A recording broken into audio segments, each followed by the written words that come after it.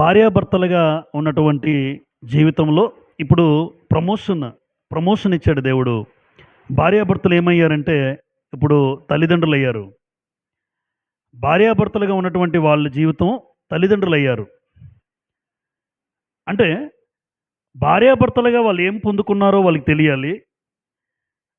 వాళ్ళు పొందుకున్న స్థితి వాళ్ళకి తెలిస్తే తల్లిదండ్రులుగా ఎలా ఉండాలి? భార్యాభర్తలుగా ఉన్నటువంటి వారిరువురు ఏం పొందుకున్నారు? వారి జీవితంలో దేవుడు చేసిన కార్యం ఏంటి? 2 తల్లిదండ్రులుగా వారు ప్రమోషన్ పొందుకున్న తర్వాత, భార్యాభర్తల నుంచి తల్లిదండ్రులుగా మారిన తర్వాత, తల్లిదండ్రులుగా ఎలా ఉండాలి? ఇది ప్రాముఖ్యం. ఎందుకంటే దేవుడు చేసింది మనకి జ్ఞాపకం చేసుకుందాం. కృతజ్ఞత అన్న మాటకు అర్థమే దేవుడు చేసిన మేలును జ్ఞాపకం చేసుకోవడం. దేవుడు చేసిన మేలును జ్ఞాపకం చేసుకోవడమే కృతజ్ఞత. అయితే భార్యాభర్తలుగా ఉన్న వాళ్ళ స్థితిలో దేవుడు ఏం చేశాడు అన్న ఆలోచన చేసినప్పుడు, భార్యాభర్తలుగా ఉన్నటువంటి వాళ్ళిద్దరూ, ఎందుకంటే వివాహం కాకముందు వాళ్ళిరువురు కూడా వివాహం కాకముందు ఒకరికొకరు వేరుగా ఉన్నవాళ్ళు వివాహం ద్వారా జతపరచబడ్డారు. అలా జతపరచబడిన తర్వాత వాళ్ళకి పెట్టిన పేరేంటంటే మనము భార్య భర్త. ఇప్పుడు ఈ భార్యాభర్తలుగా ఉన్నటువంటి వాళ్ళ జీవితంలో దేవుడు చేసిన కార్యం ఏంటంటే, నెంబర్ 1, గొడ్రాళ్ళుగా ఉన్న స్థితి నుండి ఏం పొందుకుంది తను, ఆ చెల్లి? విడుదల. వాస్తవానికి గొడ్రాలు అని పిలువబడే స్థాయి గ్రంథంలో కనబడుతుంది మనకి. అంటే సుమారు కొన్ని సంవత్సరాల బిడ్డలు లేకపోతే వాళ్ళకి పెట్టే పేరేంటంటే గొడ్రాలు అనేది. బైబిల్ భాష చెప్పట్లేదు నేను, లోకంలో ఉన్న మాట చెప్తున్నాను. గొడ్రాలు అన్న మాట దేవుడు లోకంలో ఉన్న మాట ఇది. అయితే దేవుడు రాయించిన మాట ఏంటంటే, గొడ్రాలుగా ఉన్న స్థితి చాలా బాధాకరమైన, వేదనకరమైన స్థితి మనం చూస్తూ ఉంటాం. అయితే ఈ స్థితి ఇప్పుడు ఆ చెల్లికి లేదు, ఆ చెల్లి పొందుకోలేదు. అంటే గొడ్రాలుగా ఉన్న స్థితి నుంచి దేవుడు ఏం చేయించాడు? విడుదల. ఇప్పుడు బైబిల్ గ్రంథంలో చాలామంది గొడ్రాలుగా మనకి రాయబడ్డాయి. కొన్ని మాటలు మీరు చూడండి. శారమ్మ ఆదికాండం 11:30లో ఇలా రాయబడి ఉంటుంది. ఆదికాండం 11:30లో శారమ్మ గురించి రాయబడిన మాట ఏంటంటే, శారయి గొడ్రాలై ఉండెను, ఆమెకు సంతానము లేదు. శారమ్మ ఏమై ఉన్నారు? గొడ్రాలై ఉంది. ఆవిడికి ఎవరు లేరు? సంతానము లేదు కనుక గొడ్రాలుగా పిలువబడుతుంది అని గ్రంథంలో చెప్పబడింది. చూసారా, విశ్వాసులకు తల్లిగా ఉన్నటువంటి పిలువబడుతున్న శారమ్మకే ఒకానొక స్థాయిలో ఏమి లేదు? సంతానము లేదు. 2, రెబ్కా వారి కోడలేనా? కోడలేనా? అబ్రహాం గారి కోడలు పేరు 25:21లో, ఆదికాండం 25:21 కోడలు కూడా గొడ్రాలని రాయబడి ఉంది. 25:21 ఇస్సాకు భార్య గొడ్రాలు కనుక అతడు ఆమె విషయమై యెహోవాను వేడుకొనెను అన్నారు. అంటే ఇస్సాకు భార్య పేరు రెబ్కా తల్లి. అంటే రెబ్కా తల్లి కూడా ఏమని రాయబడింది గ్రంథంలో? ఆవిడకి కూడా ఒకానొక స్థాయిలో ఎవరు లేరు? సంతానము లేదు.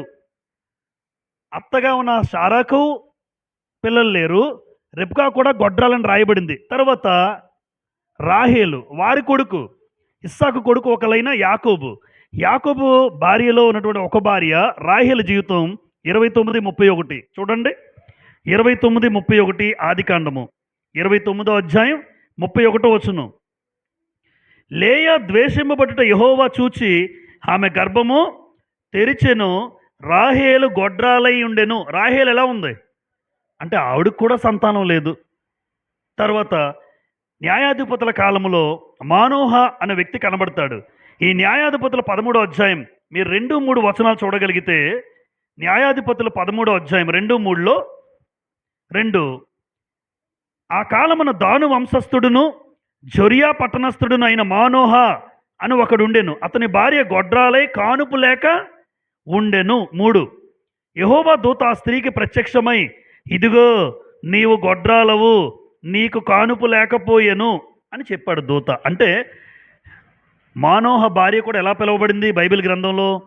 ఆ పిల్లలు లేరు, సంతానం లేదు, గొడ్రాలుగా పిలువబడిన మాట కనబడుతుంది.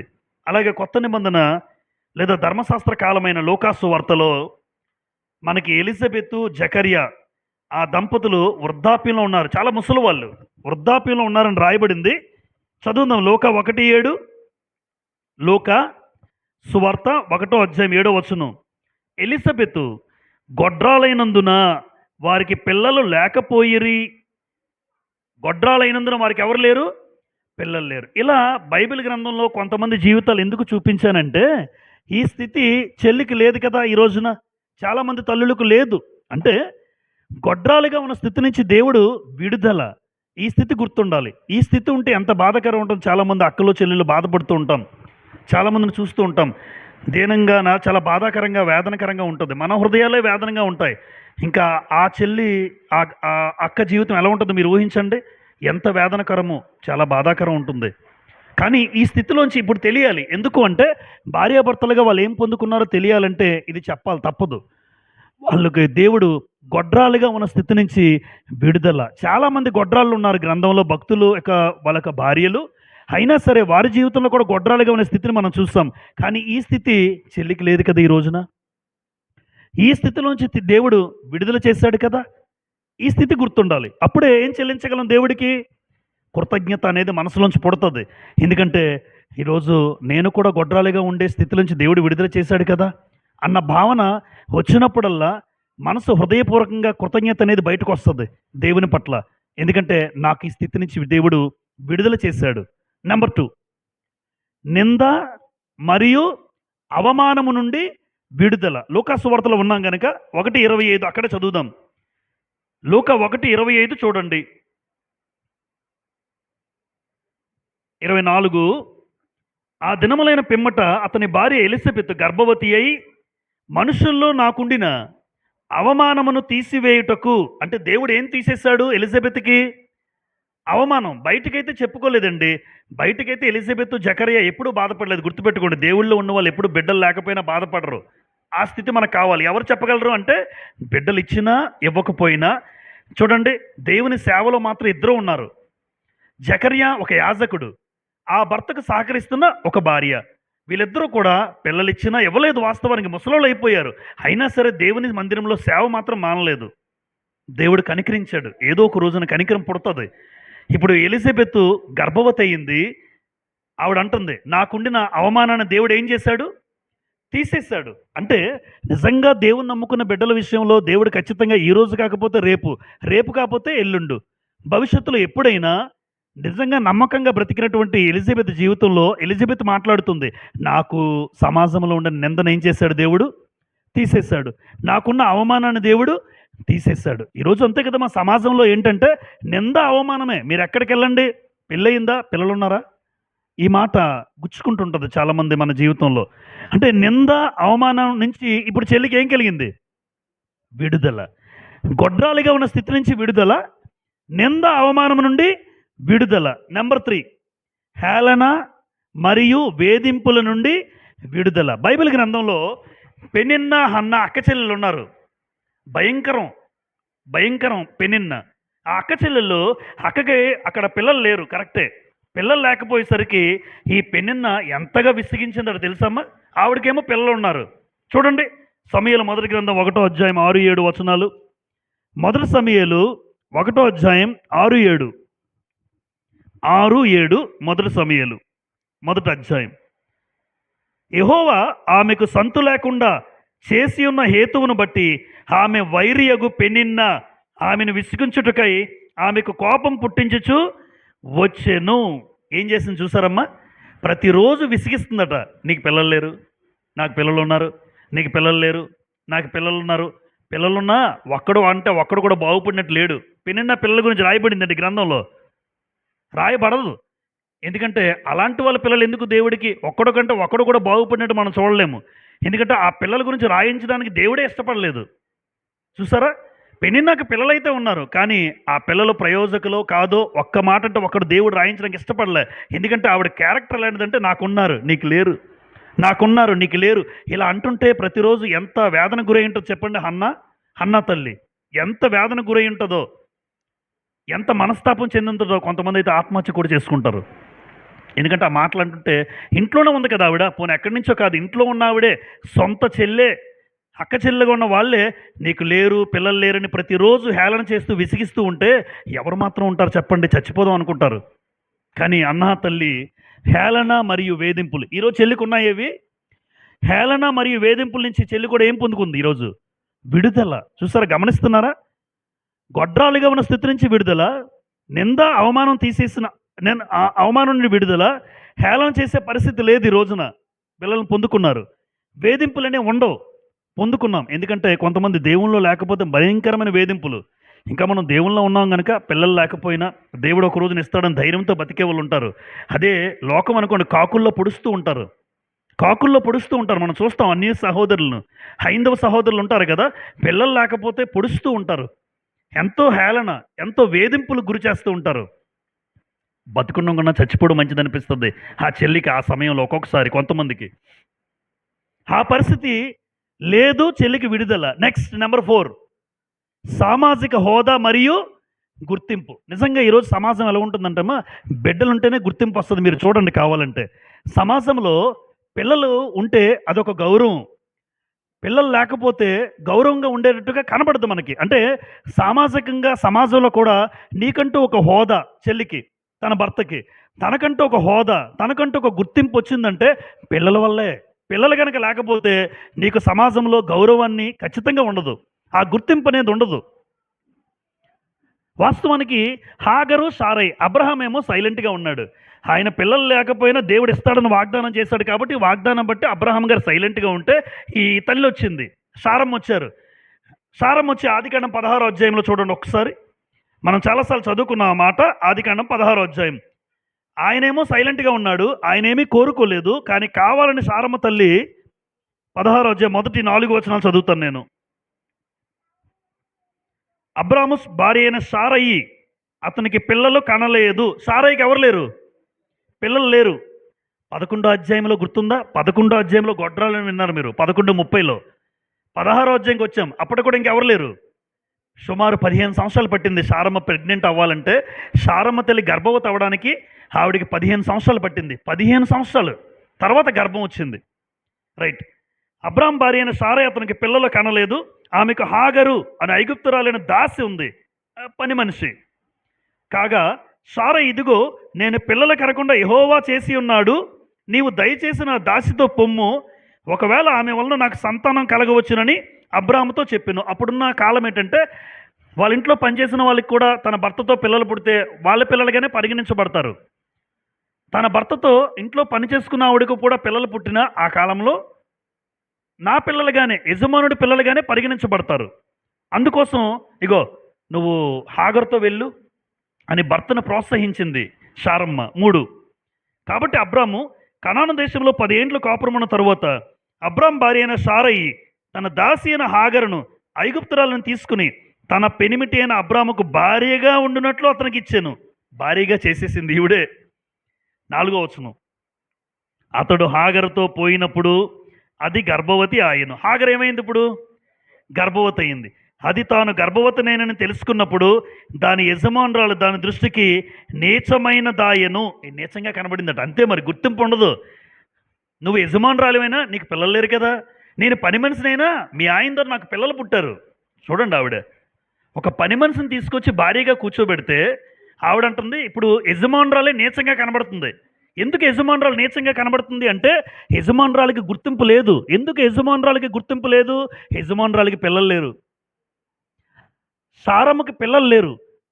తనకి పిల్లలు కలిగారని, తనకి గర్భం వచ్చిందని చూడండి. అప్పటికప్పుడు యజమానురాలు నిజంగా ఆవిడ అన్నం పెడితే తినే ఆ పని మనిషి ఇప్పుడు పని మనిషి ఎలా చూస్తుందంటే నీచంగా చూస్తుందట యజమానురాలని. కారణం ఒకటే, గుర్తింపు లేదు. కారణం పిల్లలు లేకపోవడం. అంటే సమాజంలో ఒక హోదానైనా గుర్తింపునైనా ఇచ్చేది పిల్లలే. పిల్లలు లేకపోతే ఆ వ్యక్తి సమాజంలో ఒక గౌరవం కానీ గుర్తింపు కానీ ఎట్టి పరిస్థితుల్లో ఉండదు. 113వ కీర్తన 9వ వచనం. 113వ కీర్తన 9వ వచనంలో ఇలా రాయబడి ఉంది. 113:9లో ఆయన సంతులేని దానిని ఇల్లాలుగాను కుమారుల సంతోషము గల తల్లిగాను చేయును. అమ్మ, ఇల్లాలు అన్న మాట ఎవరికంటారంటే పిల్లలుంటేనే అంటారు, పెళ్ళేనంటే అనరు. ఇల్లాలు అన్నారనుకోండి, ఇంటికి దీపం ఎవరు? ఇంటికి దీపం ఇల్లాలు. ఇల్లాలు అన్నారంటే ఆవిడకి పిల్లలు ఉండాలి, లేదంటే భార్యగానే అంటాం తప్ప పిల్లలు లేకపోతే ఇల్లాలు అన్న మాట అనకూడదు, అనరాదు, అనడానికి అవకాశం లేదు. అందుకే దేవుడు సంతు లేని దానిని, సంతు లేకపోవడం అంటే పిల్లలు లేకపోయిన దాన్ని ఇల్లాలుగా దేవుడు మారుస్తాడట. అంటే సంతానం లేని వాళ్ళని ఎలా మారుస్తాడు దేవుడు? సంతానం కలిగిన స్త్రీగా, సంతానం కలిగిన వారినే ఇల్లాలు అని మాట అంటారు. ఇల్లాలు. కాబట్టి హోదా, గుర్తింపు కూడా పిల్లల వల్లే కలుగుతుంది. కాదంటారా? మీరు చూడండి సమాజంలో పిల్లలుంటేనే విలువ, పిల్లలుంటేనే గౌరవం ఇస్తూ ఉంటారు. ఇది లోకంలో చెప్తున్నాను. క్రైస్తవ సమాజంలో అయితే కాదు సుమి. క్రైస్తవ సమాజంలో పిల్లలున్నా లేకపోయినా ఒక చెల్లిని, అక్కని ప్రేమపూర్వకంగా మనం చూడడమే. ఆ దృష్టితోనే చూడాలి. లోకంలో దృష్టి మాత్రం ఇలా. అంటే వీటన్నిటి నుంచి విడుదల చేశాడు ఈరోజు దివ్య, మురళి వారి జీవితంలో చెప్పడానికే చెప్తున్నాను. నెంబర్ 5, వారసత్వాన్ని ఏం చేస్తున్నాం? వారసత్వాన్ని కాపాడడం. ఈరోజు వాళ్ళ ఇంటికి వెళ్ళిన ఒక ఆడబిడ్డ అడుగు పెట్టిందంటే ఆ ఆడబిడ్డ ద్వారా వారసత్వం నిలబడుతుంది. పిల్లలు లేకపోతే వాళ్ళు అంటుంటారు, అరే మన వారసుడు మనకంటే ఎవరు లేరా, బయటికి చెప్పుకోలేరు. మరి మన ఇంటి పేరు ఏమవుద్ది? ఇంటి పేరు ఉండదా? ఇంకా పిల్లలు లేకపోతే మన ఇంటి పేరు ఏమెళ్తుంది? నీకంటూ ఒక పిల్లలు, వారికి పిల్లలు, వారికి పిల్లలు, అలా జనరేషన్స్ జరుగుతున్నాయి మన జీవితంలో. కనుక వారసత్వం అనేది ఏమవుతుంది? కొనసాగించబడుతుంది. అదే వారసత్వం ఆగిపోతే ఆ తండ్రి ఎంత బాధపడతాడో. అదే తండ్రి అని చెప్పట్లే. విశ్వాసులకు తండ్రి ఎవరు? ఆయనే బాధపడ్డాడు. చూస్తారా ఒకసారి ఆదికాండం 15వ అధ్యాయంలో? ఆయనే బాధపడ్డాడు. మనం బాధపడడంలో ఒక అర్థం ఏముందో చెప్పండి? ఖచ్చితంగా మనం బాధపడతాం. అబ్రహాం గారు ఏమన్నారంటే ఒకానొక స్థితిలో అబ్రహాం గారు మాట్లాడిన మాట చూడండి. ఆదికాండం 15వ అధ్యాయం దేవుడితో అంటూ ఉంటాడు ఆయన. ఆదికాండం 15వ అధ్యాయం 15వ అధ్యాయం మొదటి వచనం. ఇవి జరిగిన తరువాత యెహోవా వాక్యం అబ్రాహాముకు దర్శనమందు వచ్చి, అబ్రామా భయపడకము, నేను నీకు కేడము, నీ బహుమానము అత్యధిక మగునని చెప్పాను. ఏంటో దేవుడు ఇలాగే చెప్తున్నాడు. అబ్రాహాం ఆలోచన ఏంటంటే ఆదికాండం 12వ అధ్యాయంలో దేవుడు కనబడ్డాడు. ఆదికాండం 12లో కనబడి, ఇగో అబ్రాహాం బయటికి రా, ఆకాశ నక్షత్రాలు చూసావా? చూశానయ్యా. ఆ ఆకాశ నక్షత్రాలంతా నీ సంతానం ఉంటుంది. కిందకు చూడు, చూశాను. ఇసుక రేణువులు ఉన్నాయా? ఉన్నాయి. ఆ ఇసుక రేణువులు లెక్క పెట్టగలవా? లెక్క పెట్టలేము. ఇసుకని ఎవరు లెక్క పెట్టగలరండి? చిన్న చిన్నది. అంటే అంత సంతానం నీకు ఇస్తాను.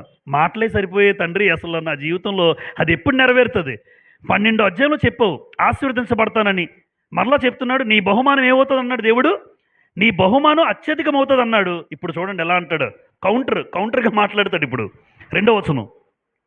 అందుకు అబ్రాము, ప్రభు అయిన యెహోవా నాకేమి ఇచ్చిననేమి? ఏమిస్తే ఎందుకయ్యా? ఏమిస్తే ఎందుకు? తర్వాత, నేను సంతానం లేనివాడనే పోవచ్చున్నానే. నువ్వు ఎంత ఇచ్చినా సంతానం లేకపోతే నాకు ఎందుకు? ఎన్నుంటే ఏంటి, సంతానం లేకపోతే ఎందుకు? చూడండి, దమస్కి ఎలియేజరే నా ఇంటి ఆస్తికర్త ఎగును కదా.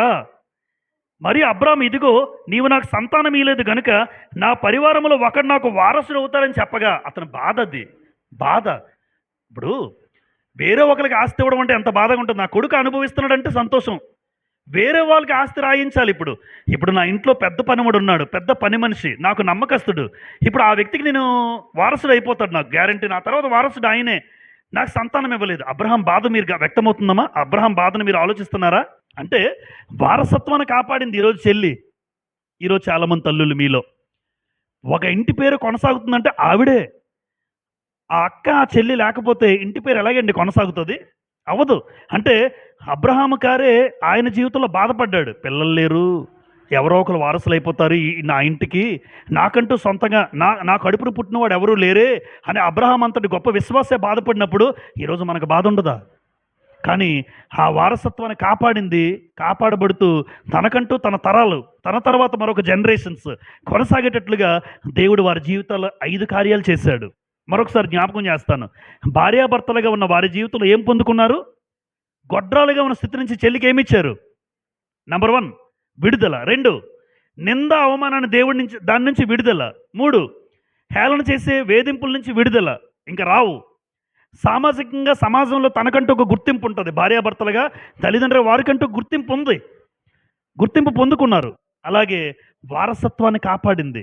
తనకంటూ ఒక పేరు, తనకంటూ తన బిడ్డల తర్వాత ఒక జనరేషన్స్ కొనసాగించడానికి ఇన్ని కార్యక్రమాలు దేవుడు చేశాడండి. ఇన్ని ఈరోజు తనకే కాదండి, దివ్యాకే కాదు, ఈరోజు ఇక్కడ ఉన్న మనందరి జీవితంలో కూడా ఈ 5 జరిగాయి ఖచ్చితంగా. అంటే నా భార్యాభర్తలుగా ఒకప్పుడు మా జీవితంలో కూడా దేవుడి 5 కార్యాలు చేశాడని జ్ఞాపకం ఉంటే సమూయేలు మొదటి గ్రంథం 12:24. సమూయేలు మొదటి గ్రంథం 12:24 ఒకసారి చదువుకుందాం. మొదటి సమూయేలు 12:24. సమూయేలు ఇశ్రాయేలుతో ఇలా చెప్తున్నాడు ఆయన. మొదటి సమూయేలు 12:24లో ఆయన మీ కొరకు ఎన్ని గొప్ప కార్యములు చేసెనో అది మీరు తలంచుకుని, ఆ మాట చూసారమ్మా, ఆయన మీ కొరకు, ఆయన మీ కొరకు, ఆయన మీ కొరకు ఎన్ని గొప్ప కార్యాలు చేశాడు. నిజమే, గొడ్రాలుగా ఉండలేదు.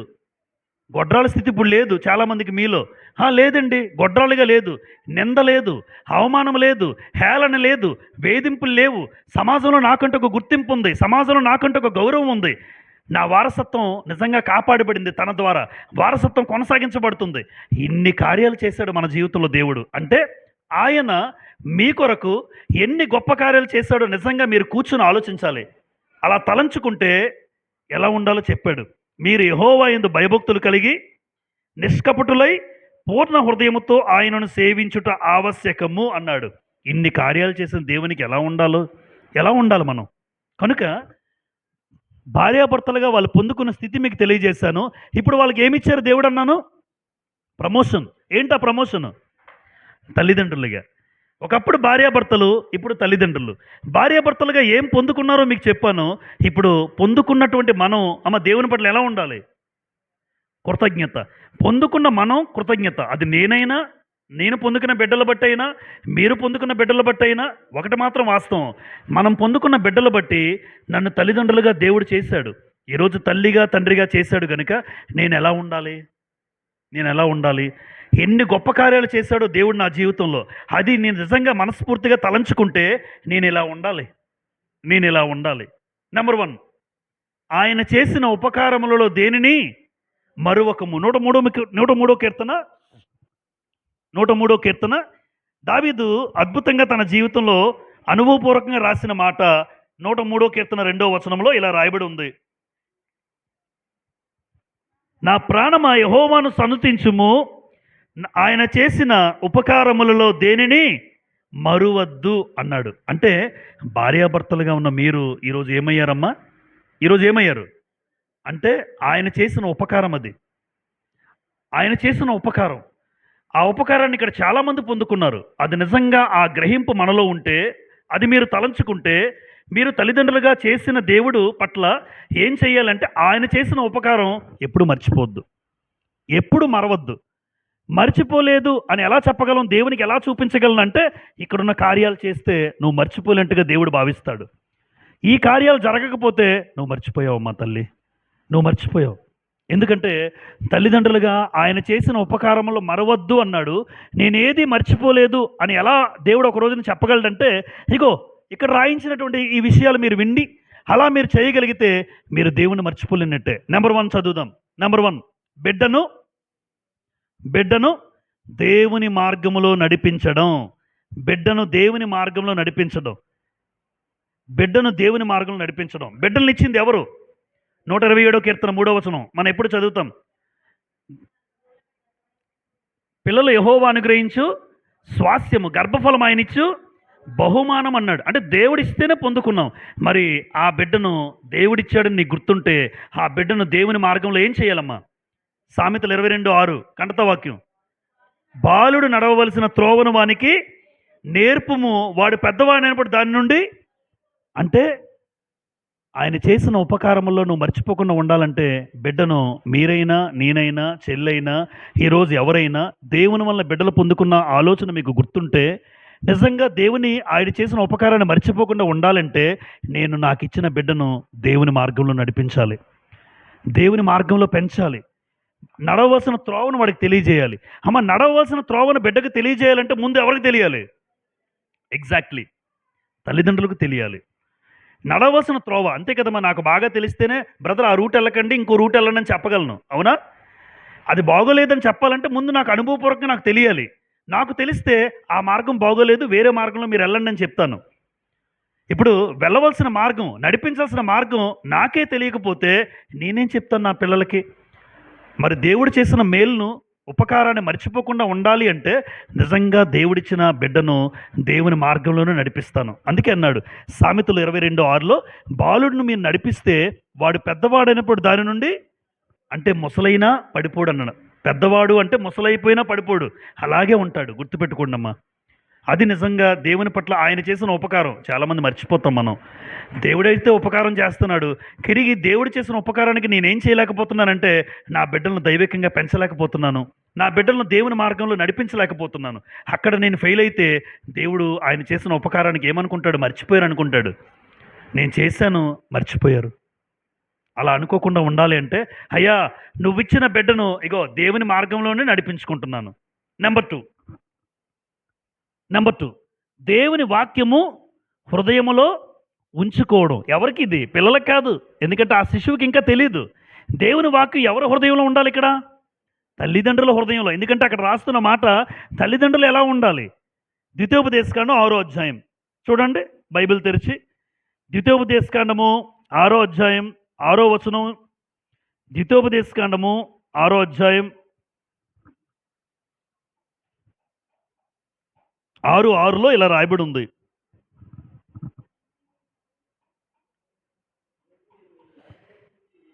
నేడు నేను నీకు ఆజ్ఞాపించు ఈ మాటలు నీ హృదయంలో ఉండవలెను. అమ్మ ఎవరి హృదయంలో ఉండాలంటున్నాడు చూడండి.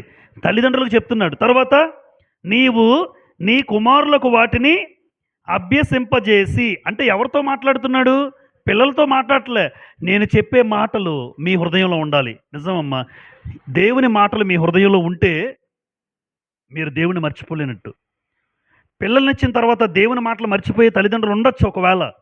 అప్పుడు దేవుడు ఏమంటాడంటే, ఆయన చేసిన ఉపకారంలో దేనిని మరవద్దంటే మర్చిపోయారు. ఎలా మర్చిపోయామంటే ఏమీ లేదండి. దేవుని వాక్యం తల్లిదండ్రులుగా మీ హృదయంలో ఉంటే మీరు పిల్లలకు చెప్పగలరు. అమ్మ హృదయంలో ఉండడం అంటే జ్ఞాపకం కంఠతా వాక్యం కాదు. దేవుని వాక్యం వింటున్నారు కదా, అలా నేను ఉండాలి, నా పిల్లలు ఉండాలి. అది ఒక తండ్రిగా తల్లిగా మనం అనుకోవాలి. అందుకే దేవుని వాక్యం హృదయంలో ఉంచుకోవడం. దేవుని వాక్యం ముందు తల్లిదండ్రుల హృదయంలో ఉండాలి. వాళ్ళు ఉంటేనే పిల్లలు కూడా నడవగలరు. తల్లిదండ్రుల హృదయంలో లేకపోతే నిజం చెప్తున్నాను, పిల్లలు నడవలేరు. ఎందుకంటే నేనే తల్లిగా ఫెయిల్ కాకూడదని ఉద్దేశంతో చెప్తున్నాను. కొత్తగా ఇంకా బిడ్డలు పొందుకునే చెల్లెళ్ళు ఉన్నారు కనుక, బిడ్డలు పొందుకునే ముందే ఈ వాక్యం తెలుసుకుంటే, వివాహం కాకముందే నేను ముందు తెలుసుకోవాలి. నా హృదయంలో దేవుని వాక్యం పరిపూర్ణంగా ఉండాలి.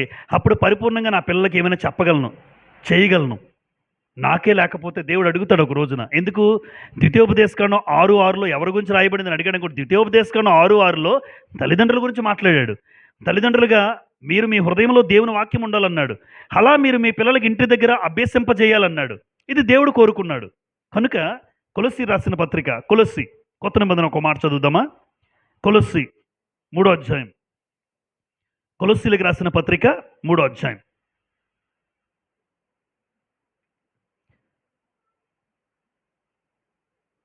16వ వచనం చివరి భాగం చూడండి. 16 చివరి భాగం.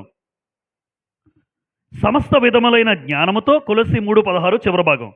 సమస్త విధములైన జ్ఞానముతో క్రీస్తు వాక్యము మీలో సమృద్ధిగా నివసింపనీయుడి. అమ్మ మీలో అంటే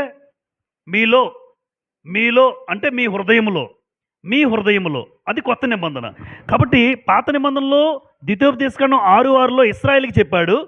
క్రొత్త నిబంధనలో అపోస్తలుడైన పౌలు గారు క్రైస్తవులకు చెప్తున్నాడు, మీ లోపల ఉండాలి క్రీస్తు వాక్యం మీలో సమృద్ధి అన్నాడు. అమ్మ సమృద్ధి, డబ్బులు సమృద్ధిగా ఉండాలని కోరుకుంటారా? అంగీకరిద్దాం అమ్మా. నేను కోరుకుంటాను, నాకు సమృద్ధిగా ధనం ఉండాలి అని. ఎవరికి ఉండదండి? సమృద్ధి అనేది ఉండాలి. మరి వాక్యం, ధనం సమృద్ధిగా ఉండాలని కోరుకుంటున్నావు. వాక్యం దేవుడు అన్నాడు, క్రీస్తు వాక్యం మీలో సమృద్ధిగా నివసింపనీయుడి అన్నాడు. నాలో సమృద్ధికరమైన వాక్యం ఉండాలి. సమృద్ధిగా నాలో వాక్యం ఉండాలి. కొరత లేనంత వాక్యం నా హృదయంలో ఉండాలి. అది దేవుడు కోరుతున్నాడు. ఎందుకు అంటే, తల్లిదండ్రులుగా దేవుడు మిమ్మల్ని చేశాడు. ఆయన చేసిన ఉపకారంలో దేనిని మరవద్దు. అందుకే ఇచ్చిన బిడ్డను దేవుని మార్గంలో నడిపిద్దాం. 2, దేవుని వాక్యం తల్లిదండ్రులుగా మీ హృదయంలో ఖచ్చితంగా ఉండాలి. నెంబర్ 3, ఆదర్శవంతమైన మాదిరిగా ఉండటం. అమ్మ ఆదర్శవంతమైన మాదిరిగా. ఈరోజు వాస్తవానికి పిల్లలకి ఆదర్శం ఎవరు చెప్పండి? గ్యారంటీ అమ్మ. అంటే మాదిరికరమ యేసుప్రభు అయినా మనం రోజు చూసేది ఎవరు? ఉదయం లేచిన వెంటనే ఒక భార్యాభర్త వివాహం అయిన తర్వాత, పిల్లలు పుట్టిన తర్వాత నిన్నే చూస్తుంటాడు, అమ్మని చూస్తుంటాడు. మా అమ్మ నాన్న ఇంట్లో ఎలా ఉన్నారు? ఇది నిజం నిజం ప్రాక్టికల్‌గా చెప్తున్నాను. మా అమ్మ నాన్న ఎలా ఉన్నారు? ప్రార్థన చేసుకుంటున్నారా లేదా? ఆడికి తెలుసు బయటికి చెప్పడు. ప్రార్థనా జీవితం లేదు. వాక్యం చదవరు. ఎప్పుడు చూసినా ఇంట్లో అమ్మా నాన్న గొడవలే. ఇలా ఇయే వాళ్ళ మనసుల్లో పడిపోతాయి ప్రింట్. వాళ్ళ మనసుల్లో ఇన్‌బిల్ట్‌గా అవి పడిపోతాయి. ఆ బాధ, వేదన పడిపోతే పిల్లలు దేని మీద ఏకాగ్రత చూపించలేరు. అందుకే ఎప్పుడు కూడా నేను దయచేసి తల్లిదండ్రులకి చేతులెత్తి నమస్కారం పెడుతున్నాను. ఇంట్లో తల్లిదండ్రులు ఎప్పుడు కూడా పిల్లల ముందు గొడవలు ఆడుకోకండి. తల్లే ప్రథమ గురువు. నిజమే. తల్లి ఒడిలే. అందుకే తల్లి ఒడే అంటారు ముందు. ముందు పాఠశాల కన్నా తల్లి ఒడే. కాబట్టి ఇంట్లో ఎప్పుడు కూడా తల్లిదండ్రులు పిల్లల ముందు గొడవలు ఆడుకునే పరిస్థితి ఎప్పుడు రాకూడదు. వాళ్ళు బయటికెళ్ళిన తర్వాత మీరేమైనా మాట్లాడుకోవాలంటే వేరేగా మాట్లాడుకోవాలి తప్ప, వాళ్ళ ముందు ఎప్పుడు కూడా గొడవ పడడం, కించపరుచుకోవడం, అవమానించుకోవడం, భర్తనేమో హేళంగా ఈవిడ మాట్లాడుతది. ఆవిడేమో 2 తిడతది. ఈయనేమో 3 తిడతాడు. ఈడేమో జాగ్రత్తగా వింటుంటాడు. హ్మ్. అందుకే భార్యాభర్తలు ఆదర్శవంతమైన మాదిరిగా మీరుండాలమ్మా. ఆదర్శవంతంగా ఉండాలంటే పిల్లలకు రోల్ మోడల్స్ నిజంగా తల్లి, తండ్రియే. అందుకే యోహాను సువార్త 5:19లో ఒక మాట ఉంటుంది. మీరు తర్వాత చూడండి. తండ్రి ఏది చేయుట కుమారుడు చూచునో దాన్నే గాని తనంతట తాను ఏదియో అంటే తండ్రి ఏం చేస్తే అది చేస్తాడు. అలాగే యెహెజ్కేలు గ్రంథం కూడా ఉంటుంది 16:44లో. తల్లి ఎట్టిదో కుమార్తె కూడా అట్టిదే అన్నమాట. నిజంగా మనల్ని చూస్తారు వాళ్ళు. మనల్ని అబ్జర్వ్ చేస్తూ ఉంటారు. మనల్ని పరిశీలిస్తూ ఉంటారు. అందుకే ఎప్పుడు కూడా బిడ్డల పట్ల వాళ్ళు ఇంకా జ్ఞానంలోకి రాకముందే అమ్మ, నాన్న వాళ్ళు చేస్తున్న పనులు ఒక రోజున తెలుస్తాయి. ఎదిగినటువంటి భార్యాభర్తలకు ఏం చెప్తానంటే ఎప్పుడు బిడ్డల ముందు మీరు కించపరుచుకోవద్దు. ఎప్పుడు మీరు కలిసే ఉండండి. ఒక ఆయన మంచి ఒక ఎగ్జాంపుల్ చెప్తాడు. ఆ పిల్లలంటే ఏం చెప్పాలంటే తెలుసమ్మా? పిల్లలు ఏం చెప్పాలంటే, "చెల్లి, మా అమ్మా, నాన్న గొడవ పడడం నేనెప్పుడూ చూడలేదు. మా అమ్మా, నాన్న గొడవ పడడం నేనెప్పుడూ చూడలేదు. మా అమ్మా, నాన్న ఆరాధన మానేయడం నేనెప్పుడూ చూడలేదు. మా అమ్మా, నాన్న కుటుంబ ప్రార్థన చేసుకోకపోవడం నాకెప్పుడూ తెలీదు." ఇది ఎంత బావుంటదో చూడండి మీరు ఆలోచించండి. అంటే వాడిచ్చే పిల్లలిచ్చే సాక్ష్యం రేపొద్దున్న. మా అమ్మ, నాన్న గొడవ పడడం మేమెప్పుడూ చూడలేదంటే ఎంత గొప్ప భార్యాభర్తలుగా బతకాలి. అంటే ఎంత మాదిరిగా ఉన్నారు చూడండి ఆదర్శవంతంగా. మీకోసం రేపొద్దున మీ పిల్లలు చెప్తారు. మా అమ్మా, నాన్న ఎలాంటోళ్ళో మీకు తెలుసా? మీ ఇంట్లో ఎలా ఉందో నాకు తెలీదు గానీ, మా అమ్మా, నాన్న అయితే ప్రతిరోజు ప్రార్థన చేసుకుంటారు. మా అమ్మా, నాన్న అయితే ప్రతిరోజు లేదా ప్రతి ఆరాధన అయితే మానరు. ఎప్పుడు మా ఇంట్లో మా అమ్మా, నాన్న ఇద్దరు మనస్పర్ధలు, గొడవలాడుకోవడం ఎప్పుడు మేము చూడలేదండి. ఎప్పుడు చూడలేదు. అంటే ఉంటాయా? వాళ్ళెళ్ళిపోయిన తర్వాతైనా ఉండాలి. ఏదో ఒకటి ఉంటే. అంటే అలా ఎప్పుడైనా మనస్పర్ధలు రావు అని చెప్పట్లేదు. ఎప్పుడొచ్చినా పిల్లలు లేని సమయంలో మాట్లాడుకోవాలి ఏవైనా మాట్లాడుకుంటే. ఎందుకంటే చిన్న చిన్నవి కూడా మన పిల్లల హృదయంలో గాయపరచబడకూడదు. ఆదర్శవంతమైన మాదిరిగా ఉండాలి. తీతుకు రాసిన పత్రిక. తీతుకు 2:7 చూడండి అక్కడ ఒక మాదిరికరమైన మాట రాస్తారు. తీతుకు 2:7లో యవ్వన స్త్రీల గురించి మాట్లాడుతూ, యవ్వన స్త్రీలు అంటే వివాహం అయినటువంటి యవ్వన బిడ్డలు ఎలా ఉండాలో తీతుకు రాసిన పత్రిక 2:7లో పరపక్షమందుండువాడు మనల్ని గూర్చి చెడు మాట ఏదియో చెప్పనేరక సిగ్గుపడినట్లు అన్నిటి యందు నిన్ను నీవే సత్కార్యముల విషయమై మాదిరిగా కనపరుచుకొనుము. మాదిరిగా కనపరుచుకొనుము. ఇది యవ్వన స్త్రీల గురించి రాయబడిందమ్మా. అంటే పరపక్షమందుండువాడు అంటే అర్థమేంటో తెలుసమ్మా? మరొక వ్యక్తి, మరొక కుటుంబం మీ గురించి చెడ్డగా మాట్లాడకుండా తల్లిదండ్రులుగా మీరు జాగ్రత్తగా ఉండాలి. మీరే మాదిరిగా ఉండాలి. మరొకరు మీ గురించి మాట్లాడుకోకూడదు. ఆ అవకాశం మీరు ఇవ్వకూడదు తల్లిదండ్రులుగా. ఆదర్శవంతమైన మాదిరిగా మీరు ఉండాలి. పిల్లలకు ఆదర్శం తల్లిదండ్రులే గనుక చెల్లి, తను వారి జీవితంలో ఖచ్చితంగా మిమ్మల్ని చూస్తారు. మిమ్మల్ని చూసి ఏదైనా నేర్చుకుంటారు. అలాంటప్పుడు పిల్లలు మన నుంచి మంచి నేర్చుకోవాలి తప్ప ఎప్పుడూ పిల్లలు చెడు నేర్చుకోకూడదు. వీలైతే నా పిల్లలకు మంచే నేర్పాలి తప్ప నా నుంచి చెడు ఏది కూడా వాళ్ళ జీవితంలో వాళ్ళు ఎప్పుడు కూడా హృదయంలోకి వెళ్ళకూడదు. అది ఒక తల్లిదండ్రులుగా మన జీవితంలో మనం నేర్చుకోవాల్సిన ఆలోచన. నెంబర్ 4 ఎప్పుడు మీ జీవితంలో తల్లిదండ్రులుగా దేవునికి ఏమివ్వాలి? ప్రథమ స్థానము. మత్తయి సువార్తలో 6:33 మీరు చూస్తే చూడండి ఒక మాట. మత్తయి సువార్త 6:33లో యేసుప్రభు చెప్పిన మాట ఏంటంటే, కాబట్టి మీరు ఆయన రాజ్యమును నీతిని మొదట వెతకుడి. అంటే మొదట ఎవరికి స్థానం ఇవ్వాలి? అమ్మా ఎప్పుడు కూడా చూడండి అందరూ నా వైపు. మీ కుటుంబ జీవితంలో కానీ, సంఘంలో కానీ, సమాజంలో కానీ, లేదా మీ జీవితంలో మీరేం తీసుకున్న క్షమించండి. ఏ నిర్ణయాలు మీరు తీసుకున్నా మొదటి స్థానం ఎవరికి ఇవ్వాలి? అంతేనమ్మా. అది పెట్టుకోండి. నేను తల్లిదండ్రులుగా అదే చెప్పగలను. ప్రథమ స్థానం మీరు దేవునికి ఇవ్వండి. ఆయన మిమ్మల్ని ఎప్పుడు కూడా ప్రథమ స్థానంలోనే ఉంచుతాడు. లాస్ట్‌లో దేవుడికి ఇచ్చావనుకో నువ్వెప్పుడు లాస్ట్‌గానే ఉంచుతాడు. అందుకే తలగా ఉంచడు గానీ మిమ్మల్ని ఎలా దేవుడు తలగా ఉంచాలంటే నువ్వు దేవుడిని తలగా ఉంచాలి. లేదంటే తోకగా ఉంచుతాడు. ఎప్పుడు మీ జీవితంలో మీరు ఏ నిర్ణయం తీసుకున్నా, ఒకవేళ శుభకార్యాలైనా, ఏ ప్రార్థనా కూడికలైనా, మీ జీవితంలో ఏ నిర్ణయాలు తీసుకోవాలన్నా ముందు దేవునికి ప్రథమ స్థానం ఇవ్వండి. దేవుడు ఏం చెప్పాడో అది చేయండి. ఏ తల్లిదండ్రులైతే దేవునికి ప్రథమ స్థానం ఇస్తారో ఖచ్చితంగా పిల్లలు కూడా వారి జీవితంలో దేవునికి ప్రథమ స్థానం ఇచ్చేవారుగా నేర్చుకుంటారు. మా అమ్మ, నాన్న దేవుడికి తప్ప సెకండరీ, మిగతా ఏదైనా సెకండరీ అన్న విషయం వాళ్ళకి నేర్పించాలి. వాళ్ళు నేర్చుకుంటారు ఎదిగిన తర్వాత. అందుకే తల్లిదండ్రులుగా ఎలా ఉండాలి అంటే, మీ జీవితంలో మీరెప్పుడు దేవునికి ప్రథమ స్థానం ఇచ్చేవారిగా ఉండాలి. ఫంక్షనా, ఆరాధనే.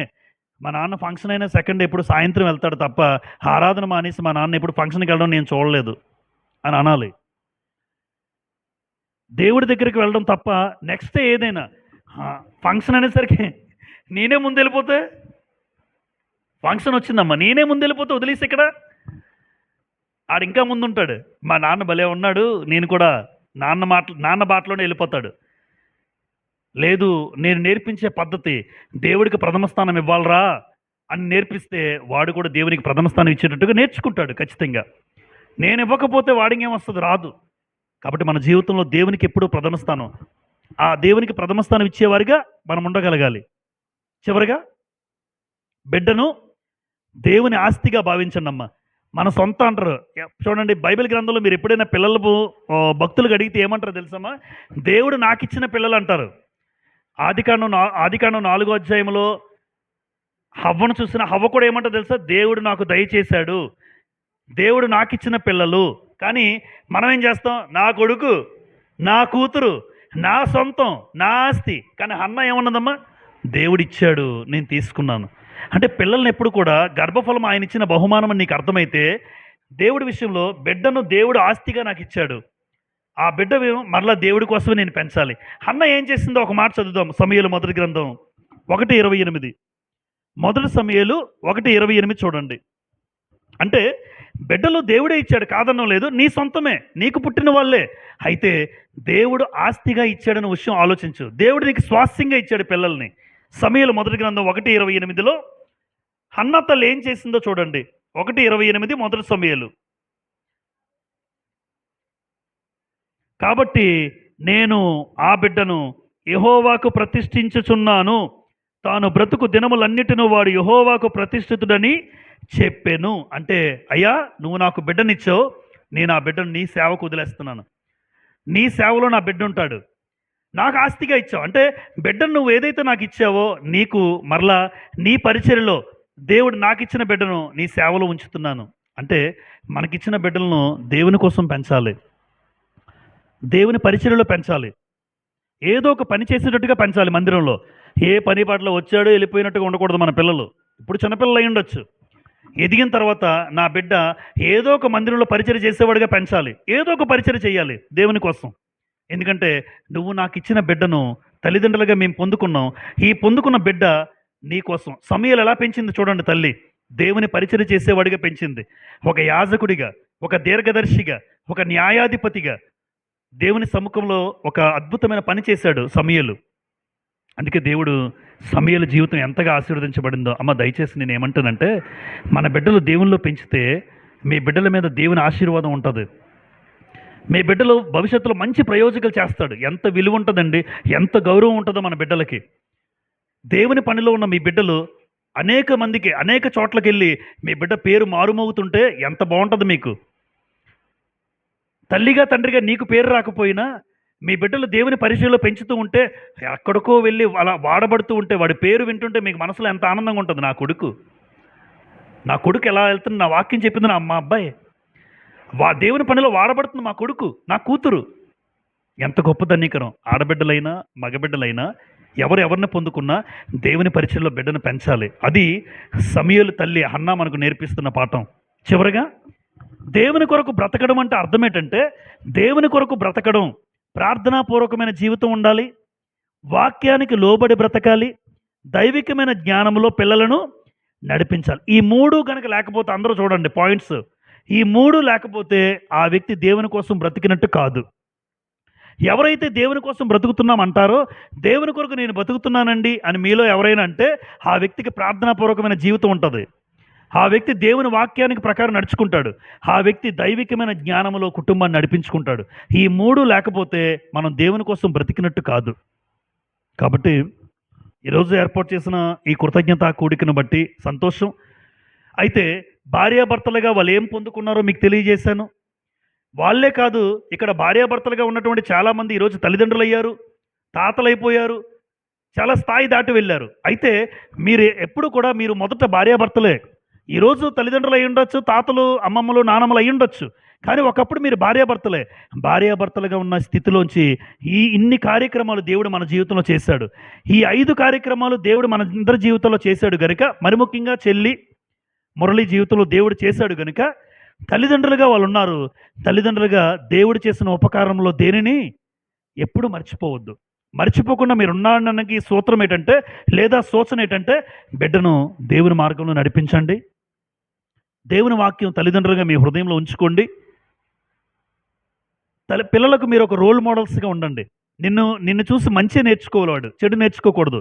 అసలు చెడు ఒకవేళ మనలో ఉన్నా ఎట్టి పరిస్థితుల్లో నా బిడ్డ ఎదిగేసరికి చెడు ఉండకూడదు. నా బిడ్డకు నేను మంచే నేర్పించాలి.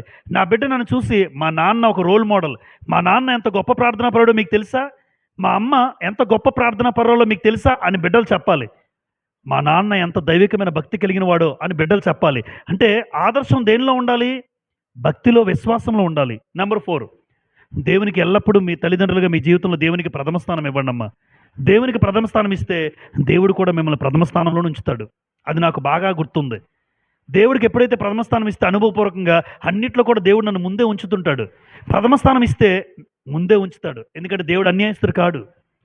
నువ్వు కూడా నేను ముందే ఉంచుతాను అంటాడు అన్నిట్లో.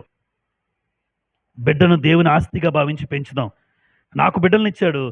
ఏ పని చేసుకున్నా, ఎంత ఉద్యోగాలు చేసుకున్నా, ఎంత పెద్ద ఉద్యోగం అయినా నా కొడుకు, నా కూతురు, నా పిల్లలు మందిరంలో చాపలెత్తే పనైనా చేయిస్తాను, రేపు పొద్దున్న కుర్చీలు తుడిచే పనైనా చేయిస్తాను. ఎందుకంటే దేవుడి పని ఏదో ఒకటి చేయాలాడు. ఏదో ఒకటి చేయాలి దేవుడి పని. ఎందుకంటే ఆయన నాకు బిడ్డలు ఇచ్చాడు. నేను ఆయన పట్ల చూపించే నిజమైన కృతజ్ఞత అదే. దేవుని కోసం బ్రతుకుదాం. అలా బ్రతకడం అంటే ప్రార్థనాపూర్వకంగా ఎప్పుడూ ఉందాం. దేవుని వాక్యం చెప్పినట్టు మనం బ్రతుకుదాం. దైవికమైన మార్గంలో కుటుంబాలు నడిపించుకుందాం. ఓపికతో ఉన్న మీ అందరికీ కూడా హృదయపూర్వక వందనాలు చెల్లిస్తూ